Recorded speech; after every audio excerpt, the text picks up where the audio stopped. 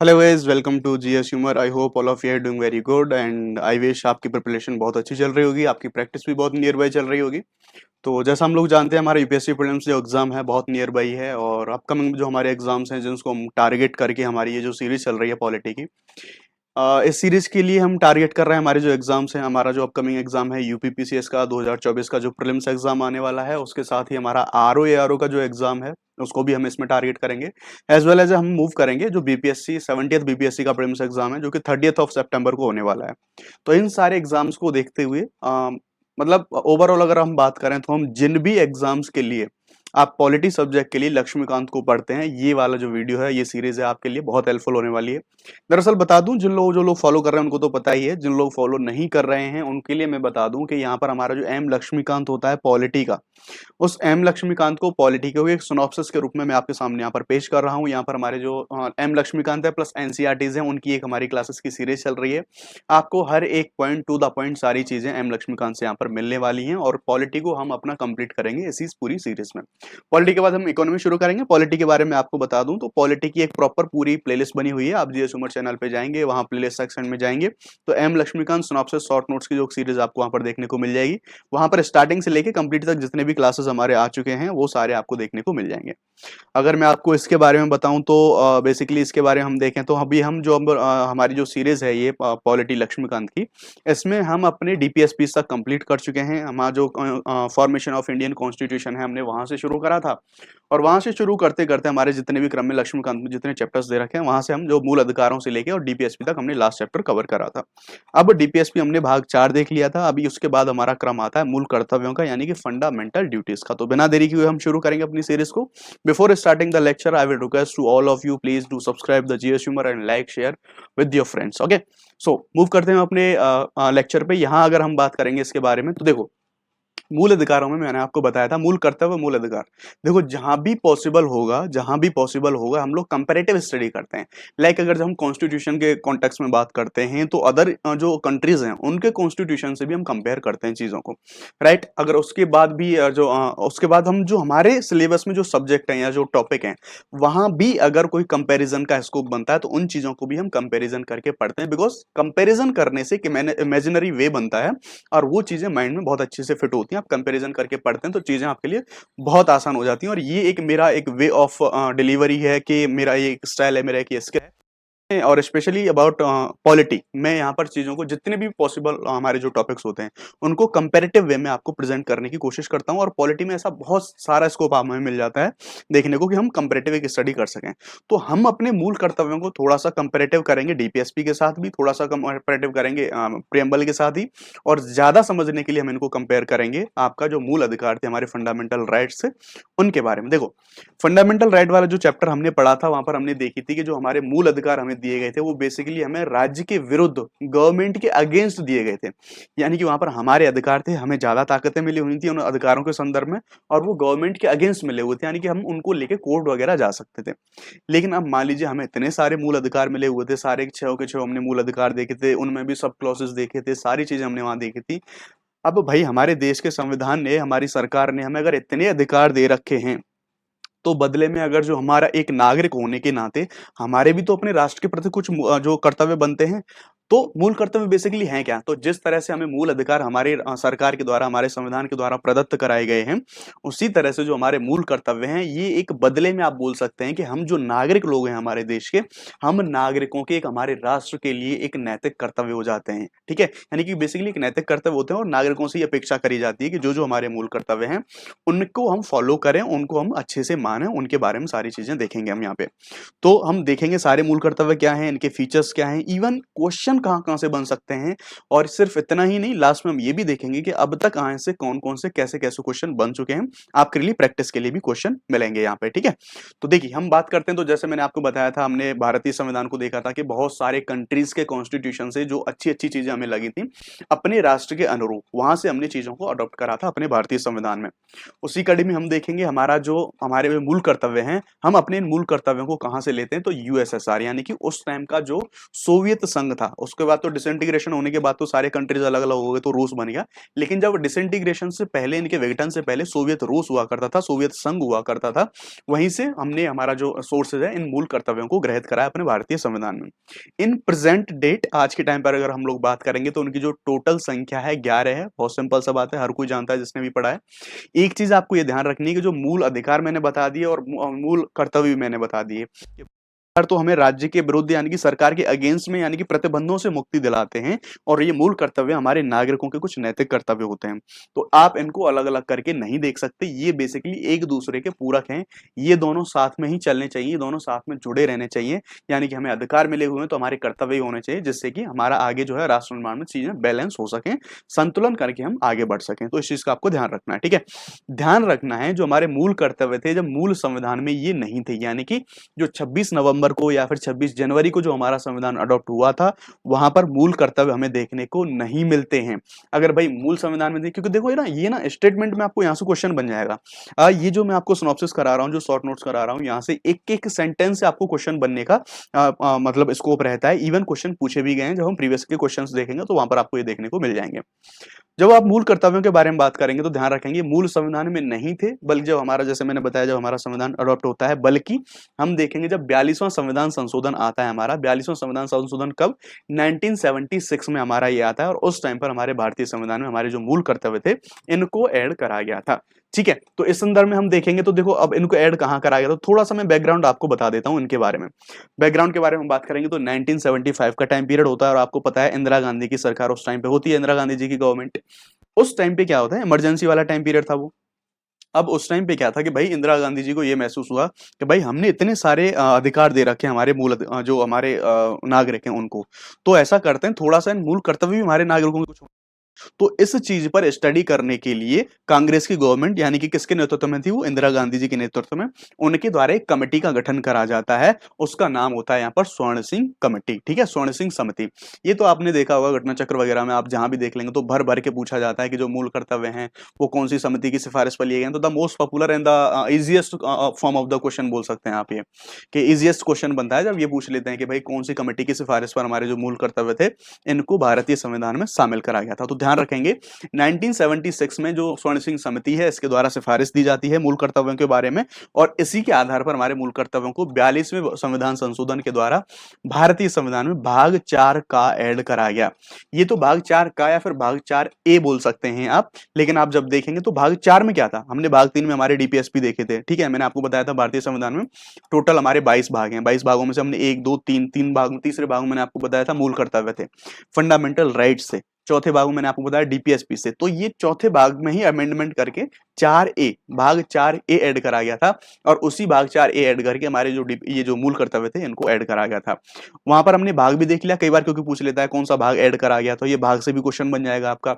वहीं पर आर्टिकल भी आप देख लेंगे तो आर्टिकल 51 का में है ना, एक आर्टिकल 51 का में, तो यहाँ से भी बहुत ज्यादा क्वेश्चन बनता है रिपीटेड मोड पर कि कौन से अनुच्छेद के द्वारा हमारे जो मूल कर्तव्य थे उनको ऐड करा गया। तो अनुच्छेद 51 का या फिर 51A के द्वारा हमारे जो मूल कर्तव्य थे उनको हमने ऐड करा था। ऑल्दो जब हमारे 11 हो कि 11 जो मूल कर्तव्यों की लिस्ट है उनको सब क्लॉज आप देखेंगे ABCDEFG करके, वो भी बहुत इंपॉर्टेंट है, उन सबको हम बहुत अच्छे से देख रहे होंगे, क्योंकि आजकल ये टेंडेंसी बन गई है एग्जाम्स में। इवन पीसीएस एग्जाम्स में क्रॉस क्वेश्चन कराने के लिए पूछ लेता है, या इस सही सुमेलन के लिए पूछ लेगा कि भाई ए कौन सा है, बी कौन सा है, GHI कौन सा है। इवन ये क्वेश्चन आ भी चुका है, ठीक है। तो अब यहाँ पर एक ध्यान देने वाली बात यह है, जो मैंने आपको बताया था कि जो स्वर्ण सिंह समिति की सिफारिश के आधार पर जो मूल कर्तव्य ऐड करे गए थे भारतीय संविधान में, तो देखो हमें ये तो पता है कि आज के टाइम पे जो 11 मूल कर्तव्यों की सूची है, लेकिन ज्यादातर लोग इस चीज को मिस कर जाते हैं। आपको ये ध्यान रखना है, क्योंकि जो अच्छे लेवल का क्वेश्चन मैंने कई सारे जो विजन IAS वगैरह या फिर दृष्टि मेंटरशिप के जो टेस्ट होते हैं जो कि हमारी सीरीज चलती है, तो आपने अगर उनको फॉलो करते हैं तो आपने वहां पर देखा होगा कि क्वेश्चन ये पूछ लिया जाता है स्टेटमेंट में डाल के कि ये जो कमेटी थी, भाई आज के टाइम पे तो हमने 11 मूल कर्तव्यों को समाया हुआ हमारे भारतीय संविधान में, पर क्या इन 11 के 11 मूल कर्तव्यों की जो सिफारिश करी गई थी, क्या स्वर्ण सिंह समिति आई थी उसने इन 11 की सिफारिश करी गई थी? तो आंसर हो जाएगा द बिग नो, बिकॉज जो हमारी सरदार स्वर्ण सिंह समिति होती है वो सिर्फ और सिर्फ 8 फंडामेंटल ड्यूटीज की सिफारिश करती है। यानी कि सरदार स्वर्ण सिंह समिति जिसका गठन करा गया था मूल कर्तव्यों के द्वारा, उसने 11 नहीं, उसने 10 नहीं, बल्कि उसने 8 मूल कर्तव्यों की सिफारिश करी थी। लेकिन गवर्नमेंट के द्वारा 8 की जगह 42वें संविधान संशोधन के द्वारा 10 मूल कर्तव्यों को ऐड करा गया था। इस चीज को ध्यान रखेंगे आप। ये बहुत ही ज्यादा कंफ्यूजन यहाँ पर बनता है लोगों को। क्यों बनता है? क्योंकि अब हम लोग जानते हैं कि प्रेजेंट के टाइम पे 11 मूल कर्तव्यों की सूची है। अब ये यहाँ पर कह रहा है कि 42वें संविधान संशोधन के द्वारा 10 मूल कर्तव्यों को ऐड करा गया। तो 11वां कहां से आया भैया? 11वां हम देखेंगे अभी 86वें संविधान संशोधन के द्वारा आया था, वो बाद में। लेकिन आपको स्टेटमेंट में या क्वेश्चन में ये पूछेगा जब कि 42वें संविधान संशोधन के द्वारा कितने ऐड करे गए, कितने जो मूल कर्तव्य थे वो ऐड करे गए, तो उनकी संख्या 10 थी। 11वां बाद में ऐड कराएगा। तो तीनों डिफरेंस आपको पता होने चाहिए कि सरदार स्वर्ण सिंह समिति ने 8 की सिफारिश करी थी और 42वें के द्वारा 10 ऐड करे गए थे। लेकिन लेटर ऑन जब आप 11वें के बारे में बात करेंगे तो 11वें संविधान संशोधन जो हमारा 11वां मूल कर्तव्य था, 11वें मूल कर्तव्य को आप देखेंगे 86वें संविधान संशोधन के द्वारा 2022 नहीं, यहाँ पर 2002 आएगा, तो 2002 में इसको यहाँ पर ऐड करा गया था। आप इस चीज को थोड़ा सा ध्यान में रख लेंगे, ठीक है। और ये जो 11वां मूल कर्तव्य था, कई बार इसको ये भी पूछ लेता है कि ये मूल कर्तव्य था क्या। तो ये मूल कर्तव्य था 6 से 14 साल के बच्चों को एजुकेशन प्रोवाइड कराना। ये मूल कर्तव्य बनाया गया था 2002 में। 11वां जो मूल कर्तव्य था 86वें संविधान संशोधन के द्वारा। अगेन मैं रिपीट कर रहा हूं, कोई भी कैसा भी कंफ्यूजन आपको यहाँ पर स्कोप नहीं बचना चाहिए। जो हमारी सरदार स्वर्ण सिंह समिति आती है उसने 8 मूल कर्तव्यों की सिफारिश करी थी। गवर्नमेंट ने लागू कितने करे? 42वें के द्वारा 10 लागू करे थे। Keep it in your mind, ठीक है। और 11 जो आज के टाइम पे प्रेजेंट हैं, तो वो जो 11वें ऐड करा गया था उसे 86वें संविधान संशोधन के द्वारा वर्ष 2002 में ऐड करा गया था। और वो मूल कर्तव्य क्या था? 6 से 14 साल तक के बच्चों को फ्री एजुकेशन प्रोवाइड कराना। अब हमने ये तो देख लिया कि 8 प्रोवाइड करे थे, ठीक है। तो और 10 ये और 11, इन तीनों में क्या अंतर था? अब आपके पास कोई भी कैसा भी कंफ्यूजन नहीं रहना चाहिए। अब जो अच्छे लेवल का क्वेश्चन बनाया जा सकता है ना, लक्ष्मीकांत में इन चीजों को दे रखा है, तो मुझे ये बहुत अच्छा यहाँ से क्वेश्चन बनने का स्कोप लगा कि अगर मुझे कोई दे क्वेश्चन बनाने के लिए तो डेफिनेटली मैं यहाँ से अच्छा क्वेश्चन बना सकता हूँ। तो ये यहाँ पर चीजें क्या है कि सरदार स्वर्ण सिंह समिति ने सिर्फ जो 8 दिए थे वो तो से मान ही ली थी, लेकिन सरदार स्वर्ण सिंह कमेटी ने कुछ और मूल कर्तव्यों की सिफारिश दी थी। लेकिन उन कंडीशंस को देखते हुए गवर्नमेंट के द्वारा उन मूल कर्तव्यों को इस सूची में संविधान में ऐड नहीं करा गया था। तो ऐसे कौन कौन से मूल कर्तव्य हैं जिनकी जो आपको सिफारिश है वो तो सरदार स्वर्ण सिंह कमेटी के द्वारा दी गई थी, लेकिन गवर्नमेंट के द्वारा उनको नहीं माना गया था, नहीं अपनाया गया था। कुछ मूल कर्तव्य ऐसे थे 2-3, उनको आप जरूर देख लेंगे क्योंकि यहाँ से क्वेश्चन बन सकते हैं। ज्यादातर लोग जब भी लक्ष्मीकांत पढ़ते हैं या फिर जो भी यूजुअली हम किसी भी सोर्स से पढ़ते हैं तो इस चीज को हम लोग स्किप कर देते हैं, लेकिन ध्यान रखना है यहाँ से अच्छा क्वेश्चन बन सकता है, स्किप नहीं करना है। तो ऐसा पहला मूल कर्तव्य था अर्थदंड या फिर सजा का प्रावधान। यानी कि सरदार स्वर्ण सिंह कमेटी के द्वारा यह चीज बोली गई थी कि जो भी व्यक्ति मूल कर्तव्यों को नहीं उनका पालन करेगा, उनको नहीं अपनाएगा उनको, तो उस व्यक्ति को क्या तो अर्थदंड या फिर कुछ जुर्माना या फिर सजा दी जाएगी। ये सिफारिश दी थी स्वर्ण सिंह कमेटी ने, लेकिन गवर्नमेंट ने इसको स्वीकार नहीं करा था।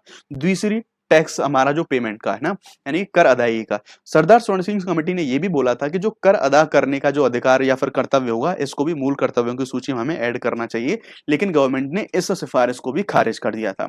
तीसरा था अर्थदंड या फिर सजा का प्रावधान। ये जो कोर्ट द्वारा इसको जो है ऊपर वाला जो मैंने आपको बताया था, इसको कोर्ट के द्वारा खारिज कर दिया गया था। क्यों? क्योंकि इसके पीछे रीजन था भाई, मूल कर्तव्य है नागरिकों के लिए बनाए गए हैं, अब नैतिक उत्तरदायित्व है। अब मेरी कोई या फिर आपकी कोई नैतिक जिम्मेदारी है, या तो आप उससे लीगली बाध्य बनाइए, लीगली बाइंडेड बनाइए। अगर आप उसको लीगली बाइंडेड नहीं बना पा रहे हैं, आप उसको नैतिक बना रहे हैं, तो आपको ये भी तो ध्यान रखना पड़ेगा आप नैतिक चीजों के लिए किसी को दंडित नहीं कर सकते, ठीक है। नैतिक चीजें वो उस इंसान के ऊपर रहती हैं, निर्भर रहती हैं। अब आ जाती है मोस्ट इंपोर्टेंट चीजें, आपको यहां से ध्यान रखना क्वेश्चन कैसे बनेगा। जो लिस्ट है पूरी हमारे मूल कर्तव्यों की, 11 मूल कर्तव्यों की, वो पूरी लिस्ट हम लोग देख रहे हैं। अब आपको ABCDEFGHI ऐसे करके याद रखना है, बिकॉज एग्जाम में आज के टाइम पे ट्रेंड क्या बन रहा है, एक टाइम पे ABCD करके दे देगा, एक साइड में आपको दे देगा जो मूल कर्तव्य उनके बारे में। अब आपसे बोलेगा कि इनका मिलान करो, या फिर पूछ लेगा इनमें से कौन सा सही या फिर कौन सा सही सुमेलित नहीं है।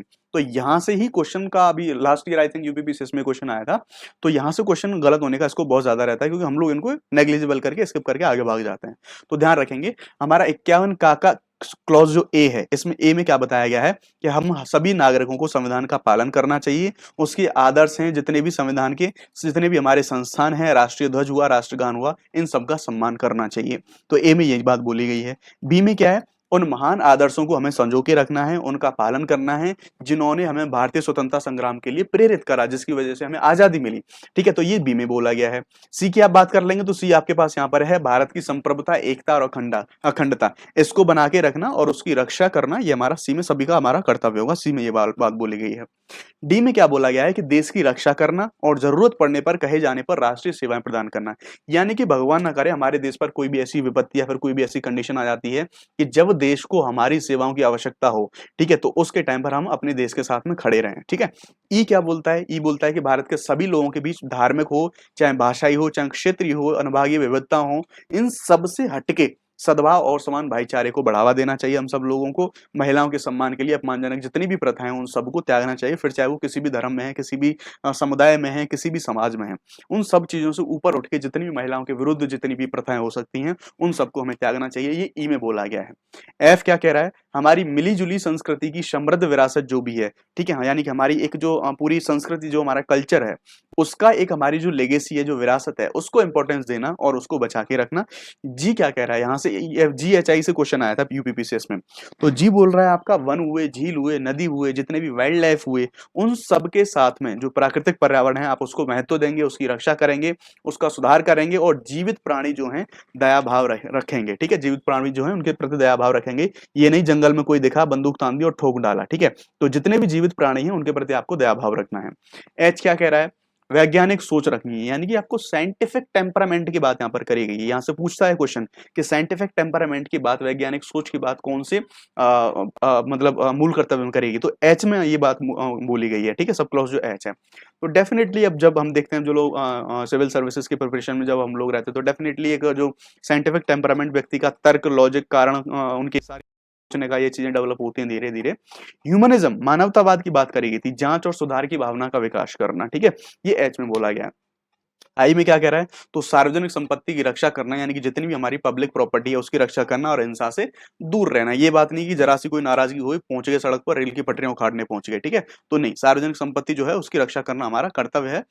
जे में बोला गया है कि व्यक्तिगत और सामूहिक गतिविधि के जितने भी क्षेत्र हैं उनकी उत्कृष्टता की दिशा में प्रयास करना, ताकि जो राष्ट्र हमारा देश है निरंतर प्रयास और उपलब्धि के उच्च स्तर तक पहुंच सके। ठीक है, क्या कह रहा है हमारा? माता पिता या फिर अभिभावकों को संबोधित करा जा रहा है इस मूल कर्तव्य में। उनको ये बोला जा रहा है कि भाई अपने बच्चों को एजुकेशन के अवसर प्रदान करिए, आप एजुकेशन देना आपका कर्तव्य है। और इसी में बोला गया कि 6 से 14 साल की जो आयु के बच्चे हैं उनको जो शिक्षा देने की बात बोली गई थी, जो मैंने आपको बताया था 11वां हमारा जो मूल कर्तव्य था, अंतिम के, ये 11वां ही है। इसको 86वें संविधान संशोधन के द्वारा 2002 में ऐड करा गया था। ठीक है, हमने मूल कर्तव्य देख लिया, एक इंट्रोडक्शन देख लिया था, सारी लिस्ट देख ली हमने इनके बारे में। अभी हम इनके कुछ फीचर्स या फिर इनकी कुछ विशेषताएं हैं, उन पर अपन लोग थोड़ा सा गौर कर लेते हैं। तो हम देखेंगे कुछ नैतिक हैं, कुछ नागरिक हैं हमारे जो मूल कर्तव्य। नैतिक का मैंने आपको बताया था कि एक एथिकल बाइंडिंग आपके ऊपर देते हैं। आपके ऊपर ऐसा नहीं है कि कोई कानूनी बाध्यकारी नहीं है, कि सीधी सी बात है आप मान भी सकते हैं, नहीं भी मान सकते हैं, क्योंकि नैतिक चीजें हैं। और सीधी सी बात है, to be good, to be good, ठीक है, बोलते हैं ना, गुड टू बी गुड, ऐसे करके जो बोलते हैं, यानी कि क्योंकि अच्छा होना अच्छा होता है, इसलिए आपको अच्छा बना रहना चाहिए। तो वही वाली चीज है, यानी कि आपको एक नैतिक नागरिक होने का एक कर्तव्य बोध होना चाहिए, सो दैट आपको अगर कुछ अधिकार मिले हुए हैं तो आप अपने राष्ट्र के प्रति जो कुछ कर्तव्य हैं आप उनकी ओर भी उन्मुख रहें। ठीक है, कुछ नागरिक हैं, यानी कि सीधी सी बात यह है कि ये नागरिकों के लिए दिए गए हैं। कोई गैर नागरिक व्यक्ति है हमारे देश में, आता है, रहता है, अगर उनको फॉलो करे तो भी अच्छा, ना करे तो भी अच्छा, लेकिन नागरिकों से उम्मीद करी जाती है कि भाई आप तो इनको फॉलो करिए ही। ठीक, भारतीय परंपरा, पौराणिक कथा, धर्म और पद्धति इनसे संबंधित। तो हमारी जो पुरानी परंपराएं रही हैं, पुरानी पौराणिक कथाएं रही हैं, पुराने जो हमारे धर्म रहे हैं सारे, तो उन्हीं सारी चीजों पर बेस्ड हमें देखने को मिल जाएंगे। जैसे हम जंगलों की, वन्य जीवों की सुरक्षा की बात कर रहे हैं, तो हम जानते हैं कि प्रकृति पूजा हमारे वेदों में स्टार्टिंग से ही प्राचीन हमारी जो संस्कृति रही है।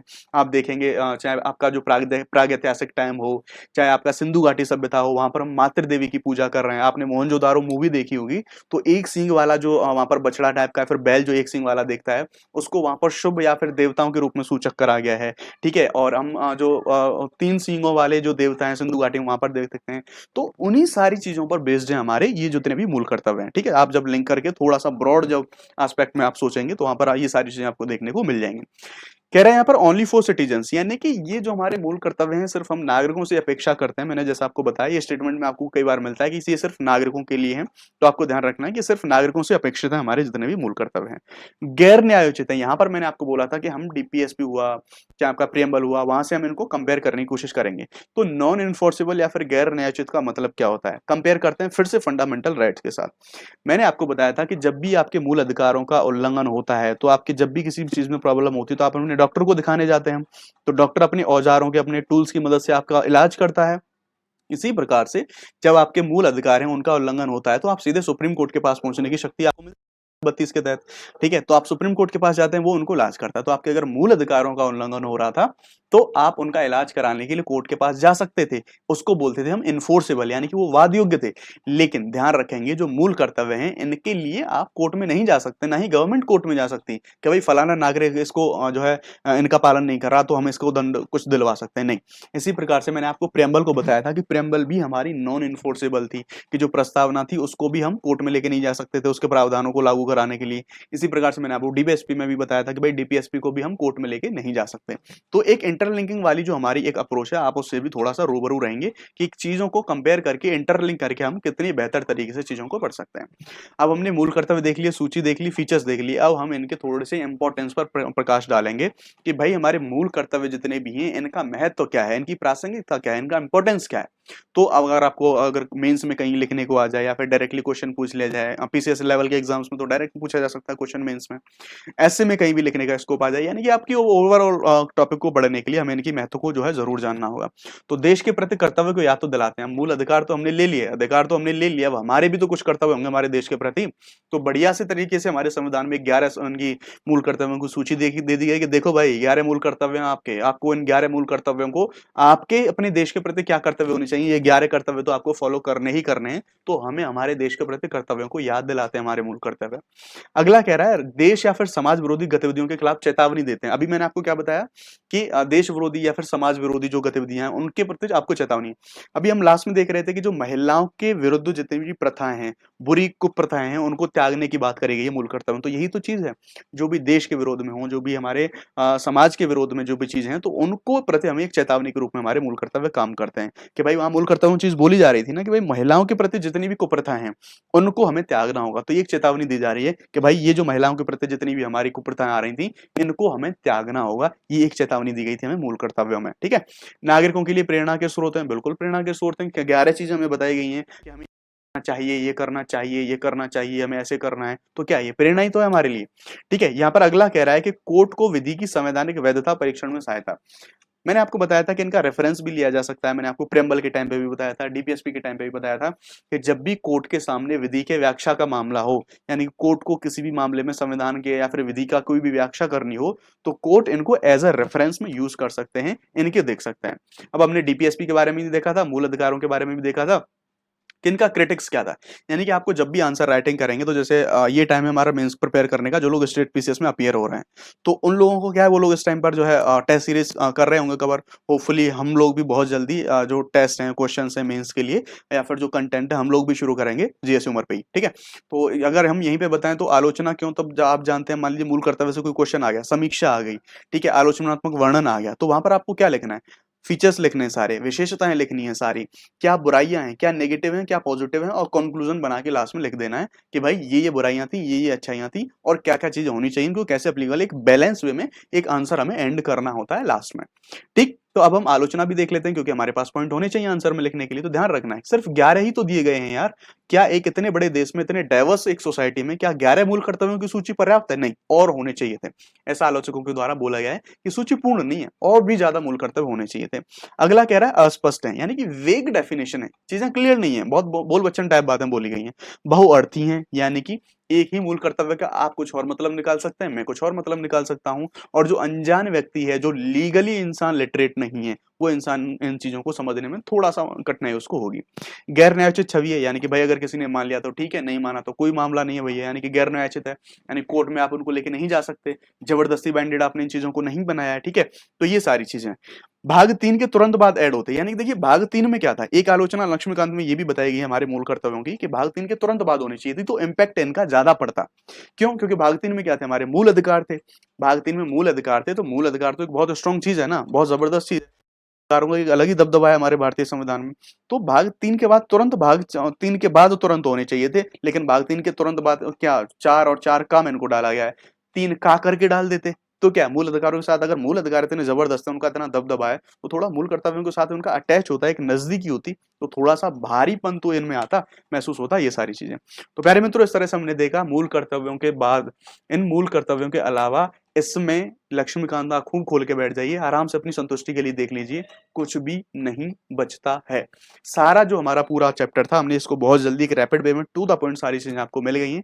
अब आप कुछ क्वेश्चन देख लीजिए कि मूल कर्तव्यों से अब तक यूपीएससी और स्टेट पीसीएस में, वेरियस स्टेट पीसीएस में कैसे-कैसे क्वेश्चन पूछे गए हैं और कैसे-कैसे क्वेश्चन बनने की पॉसिबिलिटी है। और जो भी मैं कोशिश करता हूँ कि जो भी मैं लेक्चर यहाँ पर आपको देता हूँ, उसमें हम prelims as well as mains को भी, दोनों चीज़ों को हम यहाँ पर टैकल कर सकें। जैसे मैं आपको बताया प्रीलिम्स में कैसे क्वेश्चन बन सकता है, मेंस में कैसे क्वेश्चन बन सकता है, क्वेश्चन फॉर्म कैसे होगा, आप आंसर कैसे लिखेंगे, इन सारी चीज़ों को भी हम साथ में डिस्कस कर चुके हैं। अब आपकी स्क्रीन पर ये क्वेश्चन है, आप पॉज़ करके आराम से पढ़ें और देख सकते हैं यूपी बीईओ में इतने अच्छे लेवल का क्वेश्चन डाला गया था। नेक्स्ट क्वेश्चन है यूपीएससी प्रीलिम्स 2015 में आया था ये, इसमें हमें चीज़ें पूछी गई थी इसके बारे में। अगला यूकेपीसीएस 2006 में पूछा गया था, ये हमें आरएएस 2021 में आया था हमारा ये क्वेश्चन, ठीक है? और यहाँ पर देख सकते हैं ये यूपीपीसीएस प्रीलिम्स 2021 में आया था ये क्वेश्चन, आप जो है देख सकते हैं आंसर भी यहाँ पर लगे हुए हैं इनके बारे में। यहाँ पर ये बहुत अच्छा क्वेश्चन है, बीईओ में देख रहे हैं आप कितने अच्छे लेवल के क्वेश्चन आ रहे हैं। तो इस तरह से हमने देखा, हाँ, ये होमवर्क वाला क्वेश्चन है, ये होमवर्क के लिए मैंने आपको डाला हुआ है, बीईओ 2019 में क्वेश्चन आया है।